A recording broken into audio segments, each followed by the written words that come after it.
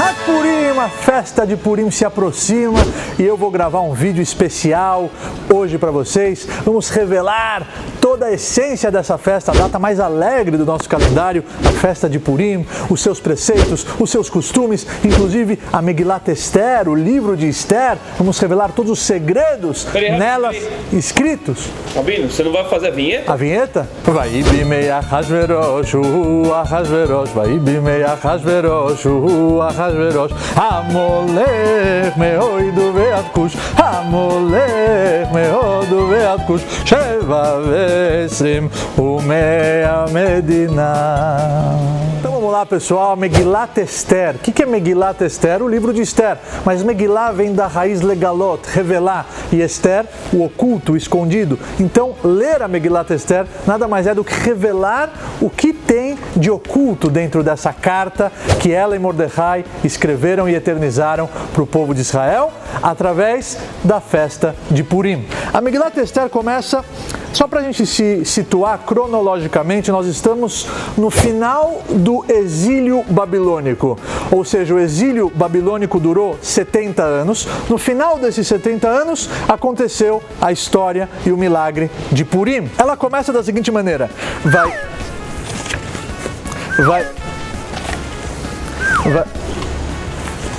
ela começa da seguinte maneira.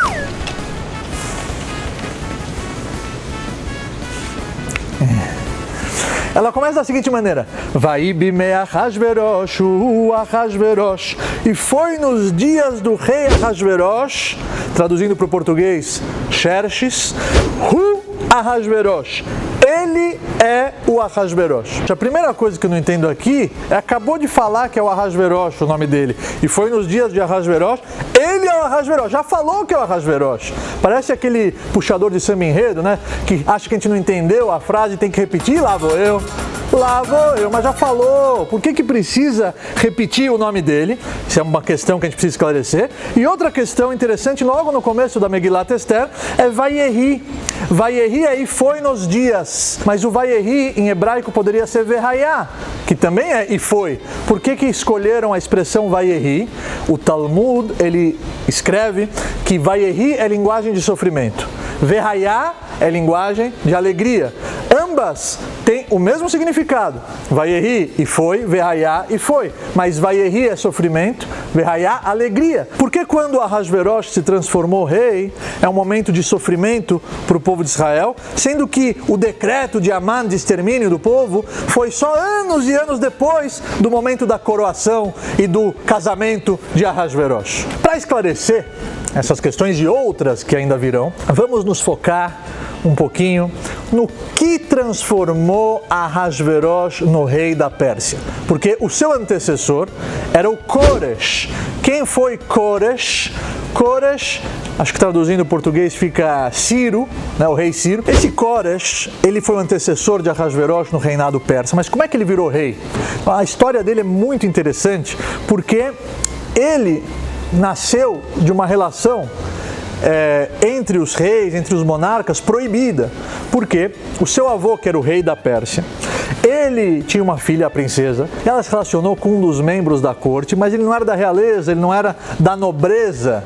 E isso enfureceu o rei, o seu pai, mandou matar esse homem, que não era príncipe, não era nobre, e ela estava grávida. Então o que ele fez? Esperou o neném nascer, jogou a criança na floresta, porque ele não queria nenhum tipo de vínculo do seu reinado com aquela relação proibida entre os reis. Só que ele queria matar a criança. Só que Deus não queria que essa criança morresse. Então essa criança na floresta, imaginem a cena. A criança lá na floresta, faminta, quando apareceu uma cadela, Deus enviou uma cadela, e essa cadela amamentou o neném. E ele acabou sobrevivendo. Ele cresceu, ele tinha um carinho muito grande por ela, mas ele se deu conta do que fizeram com ele. Ele se deu conta que o próprio avô queria assassiná-lo e ele se rebelou, montou um exército, montou uma equipe e ele decidiu guerrear contra o próprio avô e tomar dele o trono e o reinado para si. Ele vence a batalha e se transforma no rei da Pérsia. E ele casa com a filha do rei de Madai, com a condição de que quando ele morresse, ele se transformasse também no rei de Madai. Então ele expandiu seus territórios e ficou conhecido como o rei Melech Parasso Madai, o rei da Pérsia e de Madai. Ele queria expandir ainda mais os seus territórios, esse rei Koresh, e ele foi para a guerra contra o Beshaltzar. Quem era Beshaltzar? O neto de Nebuchadnezzar, o neto de Nabucodonosor. E ele tinha muitos territórios, ele era o rei da Babilônia. O Koresh decidiu partir para a guerra contra o Beshaltzar. Ganhou ou perdeu? Ganhou ou perdeu? Ganhou ou perdeu? Ganhou ou perdeu? Ganhou ou perdeu? Voltou como um cachorrinho. Quando ele perde essa batalha, é um momento que ele decide fazer um pacto com Deus. Ele levanta as mãos para os céus e diz: Deus, o templo de Jerusalém, o templo dos judeus, foi destruído pelo Nabucodonosor, pelo rei da Babilônia. O Beshaltzar, que é o seu neto, ele faz parte desse crime. Ele é neto do tirano que destruiu o templo de Jerusalém. Se você me dá a cabeça do Beshaltzar, eu devolvo para você o templo, eu devolvo para você o Beit HaMikdash, eu deixo os judeus regressarem para a terra de Israel e reconstruírem o seu templo sagrado. Quando ele faz esse acordo com Deus, ele vai para a batalha e ele consegue vencer o Beshaltzar e ele se transforma no rei de Parás, Madai, conquista os territórios da Babilônia. E automaticamente o povo de Israel, que lá estava, que foram do exílio, o primeiro grande exílio foi o exílio babilônico, e chegou o momento dele cumprir a sua promessa e financiar, não só que ele deu permissão para os judeus regressarem à terra de Israel e reconstruírem o templo, ele financiou essas caravanas e ele deu dinheiro, ele deu verba para a reconstrução do Beit HaMikdash. Não tinha alegria maior para o povo judeu naquela época do que poder regressar, do que poder retornar para a Terra Santa, para a Terra de Israel e reconstruir o Beit HaMikdash. Só que essa alegria durou pouco. Koresh morre, não tinha filhos, não tinha herdeiros. E quem vai se transformar no rei da Pérsia? Quem vai se transformar no grande rei? Ficou acordado que o homem mais rico, o homem que tem mais dinheiro e mais posses, ele vai ser coroado como o novo rei. E quem era esse homem? Ahasverosh. Só que ele não era da nobreza, ele não era da realeza. Como é que o Ahasverosh vai se transformar no rei? Ele era pobre, ele era um plebeu, de onde ele tinha dinheiro? Ele encontrou nada mais, nada menos do que os 1080 tesouros que o Nebuchadnezzar, que o Nabucodonosor escondeu antes de morrer. Nabucodonosor, ele era o homem mais rico do planeta. Ele tinha 1080 tesouros, ele dominava o mundo. Ele não queria que alguém colocasse as mãos nos seus tesouros, na sua fortuna, porque dessa forma, automaticamente essa pessoa ia se transformar num imperador poderoso igual a ele, num homem rico e famoso igual a ele, e a sua memória e a sua imagem ia ser esquecida. Esse era o medo dele antes de morrer. Antes de morrer, a pessoa tem que fazer uma introspecção. Antes de morrer, a pessoa tem que pensar em outras coisas, pessoal. Não se o nome dele, se a fortuna dele vai estar sendo usufruída por outras pessoas. Olha só a ganância do ser humano, se ele não se trabalha durante a sua vida. Até minutos antes de morrer, a cabeça dele está no dinheiro, está no materialismo, está na sua imagem, está no seu prestígio. Só um parênteses entre nós, como o ser humano pode chegar em níveis deploráveis. Pessoal, o Ahasverosh colocou a mão nesses tesouros. Automaticamente ele era o homem mais rico. Ele ganhou na mega da virada daquela época, se transformou num homem bilionário, comprou o reinado e se transformou no rei da Pérsia. Só que ele não tinha sangue real. Ele não tinha sangue nobre, ele era um plebeu. Então ele precisava de costas reais. É aí que entra a rainha Vashti, que era a neta de Beshaltzar. Ela era as costas reais de Ahasverosh. Ele casou com ela, ela tinha 12 anos, ele esperou ela completar 18 anos, e aí sim, ele fez uma mega festa. A comemoração do seu reinado, ele queria se mostrar, ele queria deixar claro que ele é o rei, que ele é o poderoso, e por isso que essa festa durou 180 dias. Imagina, 180 dias de festa! Se o carnaval a gente não aguentava mais, queria logo que o Brasil andasse, que as pessoas começassem a vida útil novamente. 180 dias de carnaval, imagina como é que seria? Mas pessoal, certa noite ele e a rainha Vashti estavam jantando, um jantar romântico, à luz de velas, a dois, e a Vashti olha para ele e fala: Ahasverosh, você não tem vergonha na sua cara? A casa que os meus avós destruíram, você vai reconstruir? Ele: não sei do que você está falando. Como não? Ela mostrou para ele que o governo persa estava financiando as caravanas para os judeus retornarem à terra de Israel e reconstruírem o Beit HaMikdash, o templo de Jerusalém. Que isso era um decreto do rei anterior, do rei Koresh. Ahasverosh, quando ficou sabendo disso, ele olhou para Vashti, a Vashti olha para ele e fala: você não vai continuar com isso, espero que você vai ter o mínimo de consideração pela minha família que destruiu essa casa, você não vai reconstruir. Ele escutou a rainha Vashti e naquele momento se lança um decreto novo em que os judeus estão proibidos de retornarem para a terra de Israel. Esse dinheiro, que era o financiamento das obras, foi cortado imediatamente e o povo de Israel começou a chorar, começou a se lamentar. E por isso, quando Ahasverosh se transforma no rei da Pérsia, os judeus começaram a gritar e se lamentar: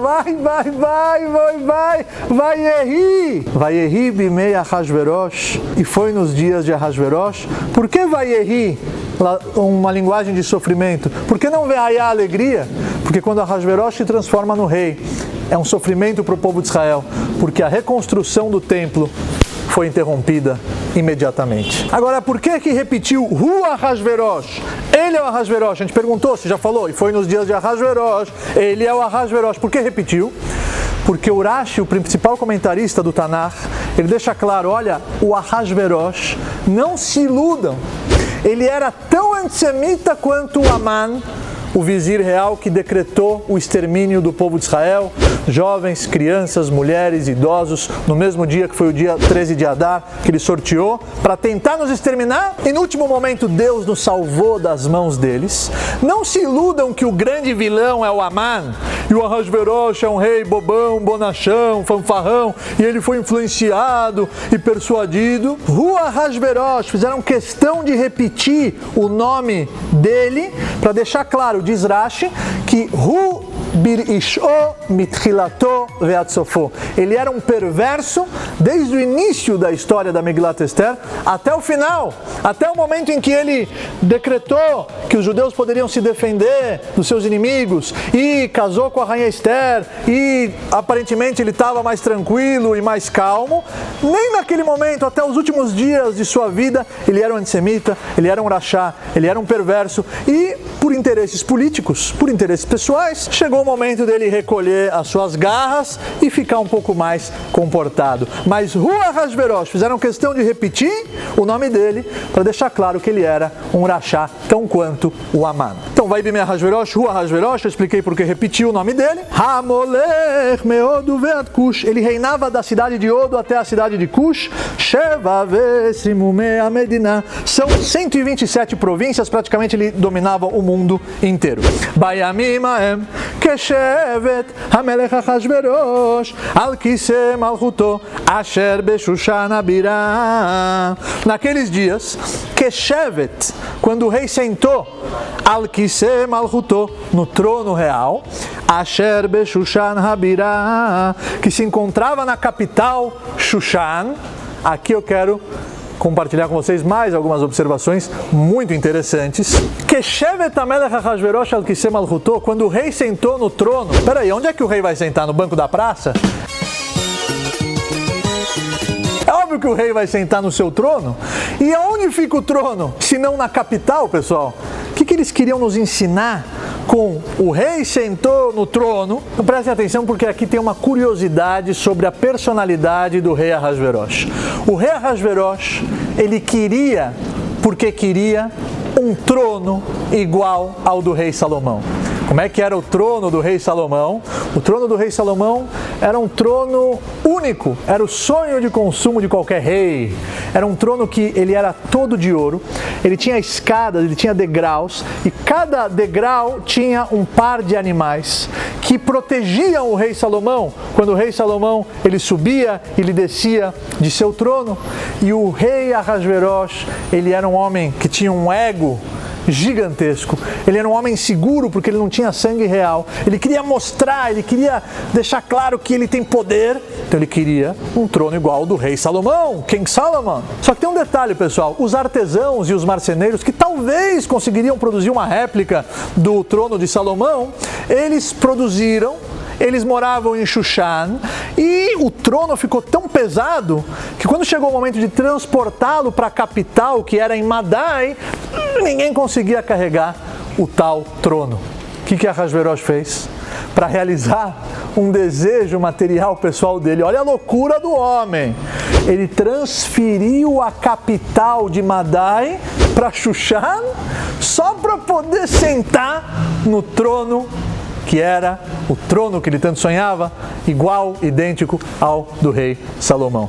Olha só o que a pessoa é capaz de fazer para realizar um desejo material. Não é à toa que a Mishnah fala que tem 3 coisas que tiram a pessoa de si, que tiram a pessoa desse mundo. Uma delas é as ta'avot, os desejos materiais. Eles cegam a pessoa. Olha a loucura que ele fez.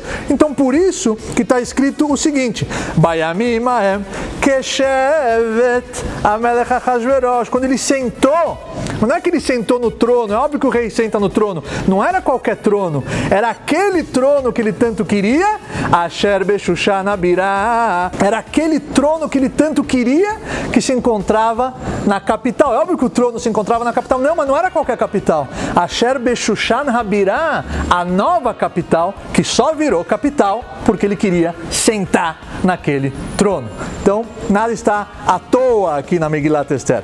Vamos seguir um pouquinho para a festa de 180 dias que ele fez para comemorar o seu casamento e para mostrar que ele é rico, que ele é poderoso. Depois desses 180 dias, ele quer fazer mais uma festa, mais 7 dias, um after party para os íntimos, para o pessoal de Shushan, para o pessoal da capital.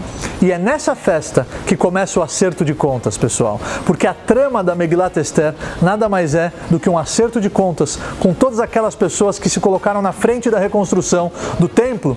E a primeira a pagar com a própria vida é a rainha Vashti. Os ministros que a apoiaram também vão pagar com a própria vida no momento certo. E o Aman, que apoiou aquelas causas e ainda queria nos exterminar fisicamente no mesmo dia, todos os judeus, homens, crianças, mulheres, jovens, ele também vai pagar no momento certo e na hora certa. Então vamos lá, pessoal, vamos seguir um pouquinho aqui na Megilat Esther, no momento em que ele faz uma grande festa. E qual é o objetivo dessa festa? Comemorar o seu casamento, óbvio, mostrar que ele é poderoso, mostrar que ele é o rei e que não é ela porque ela é a rainha que tem o sangue nobre, não, é ele. Então ele fez uma festa para mostrar toda a sua riqueza. E preste atenção, Be'ar Oto et Osher Kvod Malchuto vet Yekar Tiferet Gdulato. São 6 expressões que ele quer mostrar a riqueza dele, o prestígio dele, o esplendor dele. Então todas essas 6 expressões, praticamente para falar a mesma coisa, porque eles usaram 6 expressões. Então prestem atenção, lembra daqueles 1080 tesouros que ele colocou à mão e por isso ele virou o rei? Cada dia do banquete ele quis mostrar 6 desses tesouros. 6 tesouros eram apresentados com um desfile de gala. Se você fizer a conta, 6 vezes 180 dias de festa, no total ele conseguiu mostrar toda a sua riqueza, 1080 tesouros, 180 vezes 6, 1080 tesouros no total que ele queria mostrar, porque esse era o objetivo dele, mostrar que ele tem, mostrar que ele é poderoso, mostrar que ele é rico. Não é à toa que ele pediu o trono do rei Salomão. Mas não era o trono real de Salomão, era uma réplica. Não importa. As pessoas vão achar que é o trono real, não importa o que importa é o que as pessoas vão achar e ver nas redes sociais. Não é assim? Então, pessoal, depois que passou esses 180 dias, está escrito na Megillah, ele fez mais uma festa só para os habitantes de Shushan, na capital, que virou a capital, Mishte Shivat Yamim. Uma festa de 7 dias. E no 7º dia, quando o coração dele já estava alegre, ele já estava meio alto por causa da bebida, fala Megilat Esther, Bayom Ashvi'i Ketov Lev HaMelech Bayain, no 7º dia, quando o coração do rei já estava alegre, já estava alto, já estava assim meio zonzo por causa do vinho, foi esse o momento em que eles começaram a falar de futilidades. Começaram a falar, quem são as mulheres mais bonitas? Uns falaram, são as mulheres de Madai. Não, são as mulheres de Pará, são as mulheres da Pérsia. Chegou a Ahasverosh, bateu na mesa e falou, não, é a minha esposa, Vashti. Ela é a mulher mais bonita do planeta e eu vou provar. Ele mandou trazer Vashti. A Megillah fala, Leavi et Vashti Amalká, para que tragam a rainha Vashti, Lifnei Amelech, perante o rei, Beketer Malchut. Vocês notaram? Com a coroa. É óbvio que a rainha anda com a coroa, não, mas aqui a intenção dele era que ela viesse só com a coroa, totalmente despida e nua. Ela aceitou se apresentar nessa maneira, nessas condições ou não? Ela realmente queria Ela não era uma mulher das mais recatadas, mas na Gemara está escrito, tem algumas opiniões, que naquele momento chegou a hora dela pagar com a própria vida, porque ela foi a primeira que se colocou na frente da reconstrução do Beit HaMikdash. Lembrem-se disso.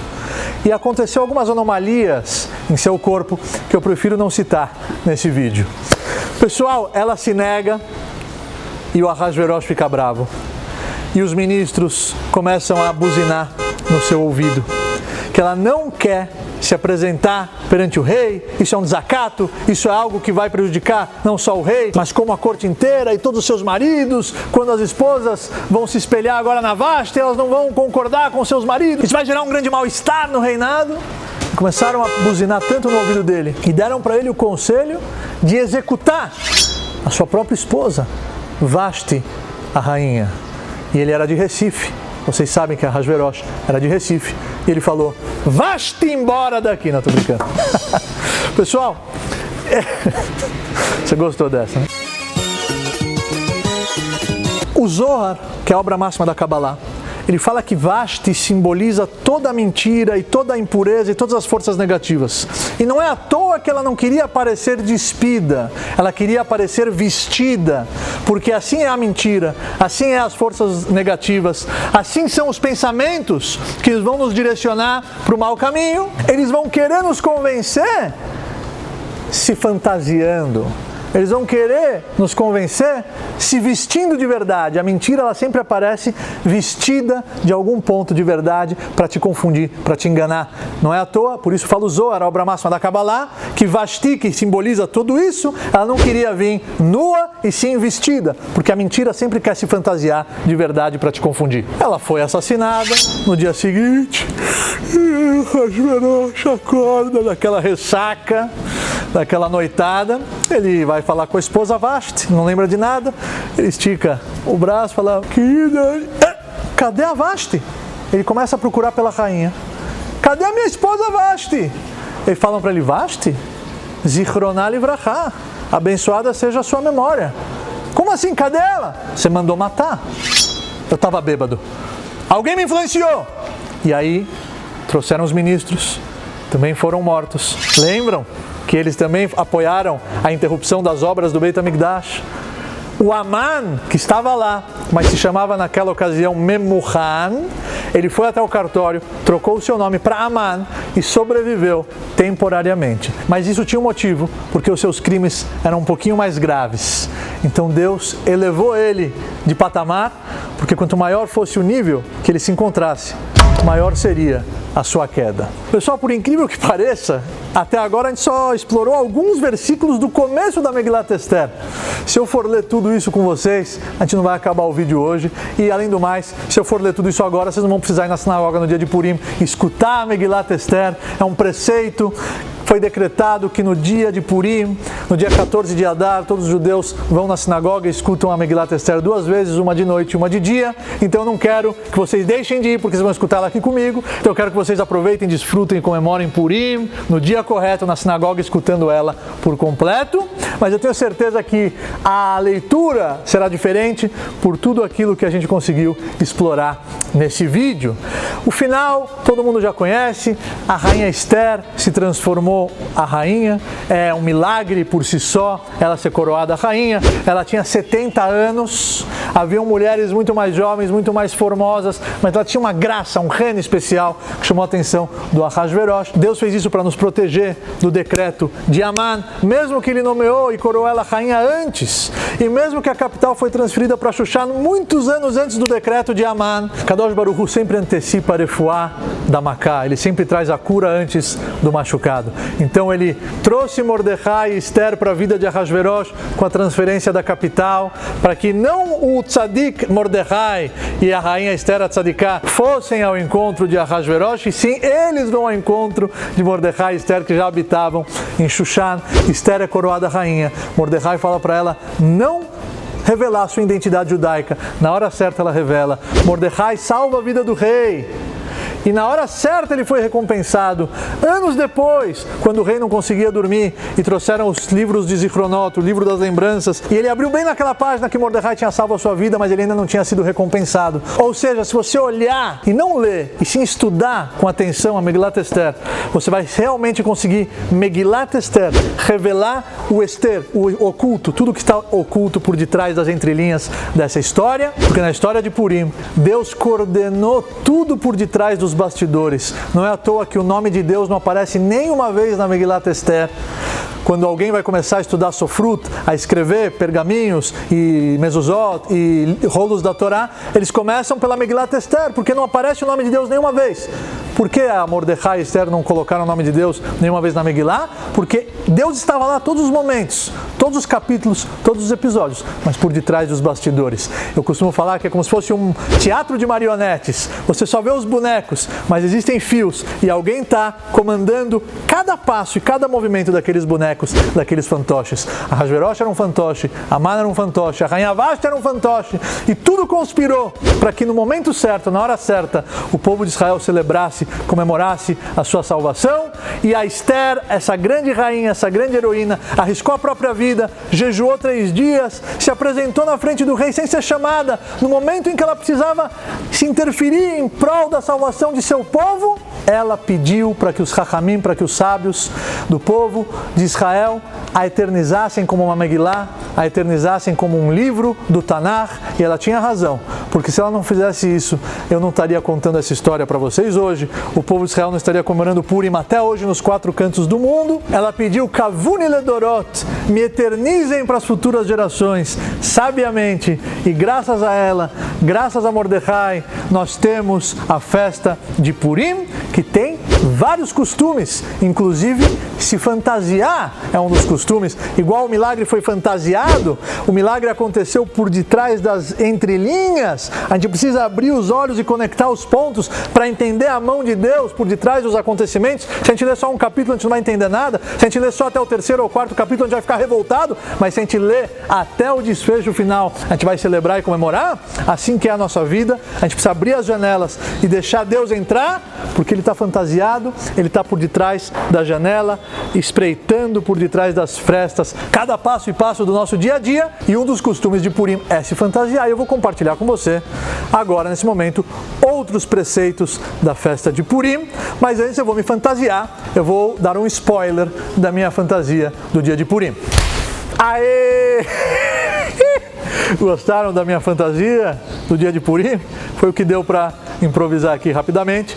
Mas pessoal, o costume de se fantasiar eu já expliquei, mas nós temos também 2 preceitos muito importantes no dia de Purim, que é o preceito de Mishloach Manot, que é presentear um amigo com comida, guloseimas, e Matanot Levionim, que é dar para os pobres uma quantia para que ele possa celebrar o dia de Purim com dignidade. A caridade no dia de Purim é um preceito que ganha muito destaque.